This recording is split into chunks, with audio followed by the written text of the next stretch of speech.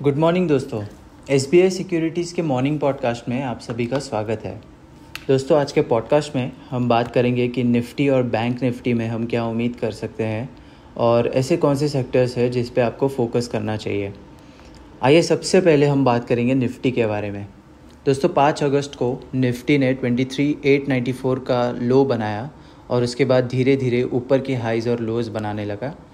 इसने हफ्ते को 24,500 के ऊपर लगभग 1% के गेन के साथ ख़त्म किया और वीकली स्केल पर एक बुलिश कैंडल बनाई जिसमें नीचे शैडो भी है, जो एक बुलिश साइन है।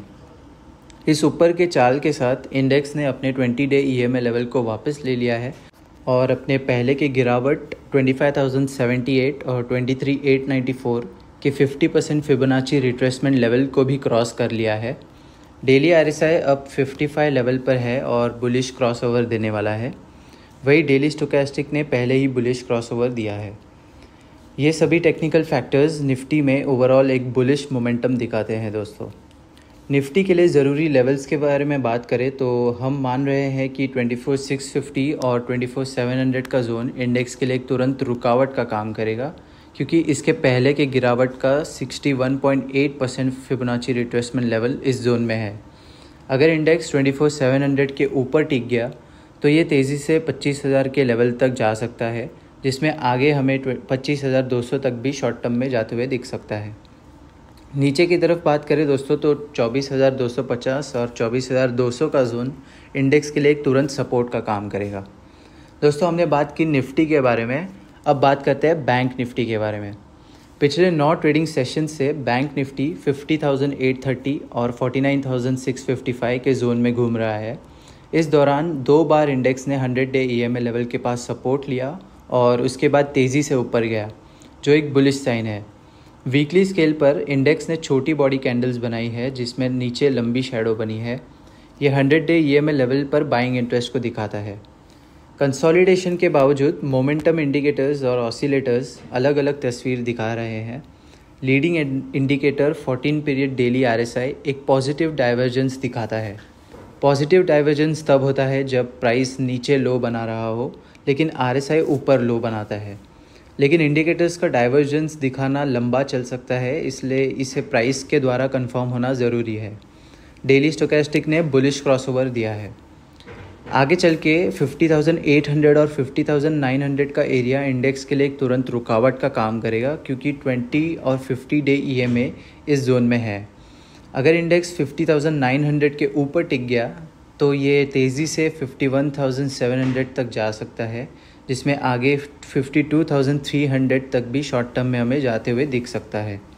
नीचे की तरफ बात करें तो 49,900 और 49,800 का एरिया इंडेक्स के लिए एक तुरंत सपोर्ट का काम करेगा। दोस्तों, हमने बात की बैंक निफ्टी के बारे में। अब आइए देखते हैं वोलेटिलिटी इंडेक्स क्या कहता है। पिछले हफ्ते इंडिया विक्स 14.4 लेवल पर 6% से ज़्यादा की गिरावट के साथ ख़त्म हुआ। वीकली स्केल पर इसने एक हाई वेव जैसी कैंडल बनाई है। रीसेंट हाई 23.15 से ये सिर्फ 8 ट्रेडिंग सेशंस में लगभग 38% गिर चुका है, जो ये दिखाता है कि मार्केट में ओवरऑल वोलेटिलिटी काफ़ी कम हो गई है। आगे 16.4 और 16.6 का जोन इंडेक्स के लिए एक तुरंत रुकावट का काम करेगा। अगर इंडेक्स 16.6 के ऊपर टिक गया तो ये तेज़ी से 19 के लेवल तक जा सकता है शॉर्ट टर्म में। नीचे की तरफ देखें तो 12.8 और 12.6 का जोन इंडिया विक्स के लिए एक तुरंत सपोर्ट का काम करेगा।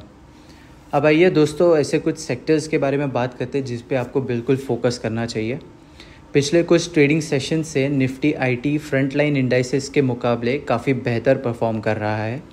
निफ्टी IT का रेशियो चार्ट निफ्टी के मुकाबले 20 वीक हाई पर है और अभी हाल ही में कंसोलिडेशन ब्रेकआउट दिखाया है, जो ये सिग्नल देता है कि IT सेक्टर शॉर्ट टर्म में आउट परफॉर्मेंस करने के लिए तैयार है। हम आपको इस सेक्टर में स्टॉक स्पेसिफिक अपॉर्चुनिटीज़ पर ध्यान देने की सलाह देते हैं, जिससे आप पोटेंशियल गेंस का फ़ायदा उठा सकते हैं। निफ्टी FMCG दोस्तों, इसने अपने 20 डे EMA लेवल के पास एक स्ट्रॉन्ग बेस बनाया है। आगे चल के अगर ये 62,600 के लेवल के ऊपर टिक गया तो FMCG सेक्टर में एक तेज़ रैली देखने को मिल सकती है। तो दोस्तों, आज के पॉडकास्ट में इतना ही। हमारे साथ जुड़े रहने के लिए बहुत बहुत धन्यवाद। Thank you. Investment in securities market are subject to market risks. Read all the related documents carefully before investing.